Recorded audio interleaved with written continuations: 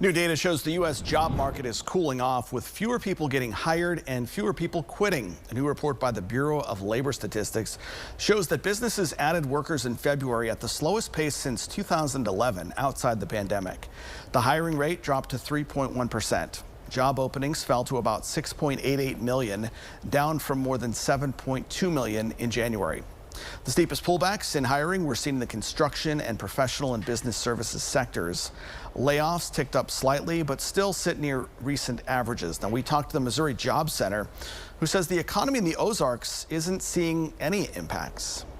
The economy, I think, is still healthy here. We are still adding jobs in key sectors, and we continue to see that from the beginning of the year to present.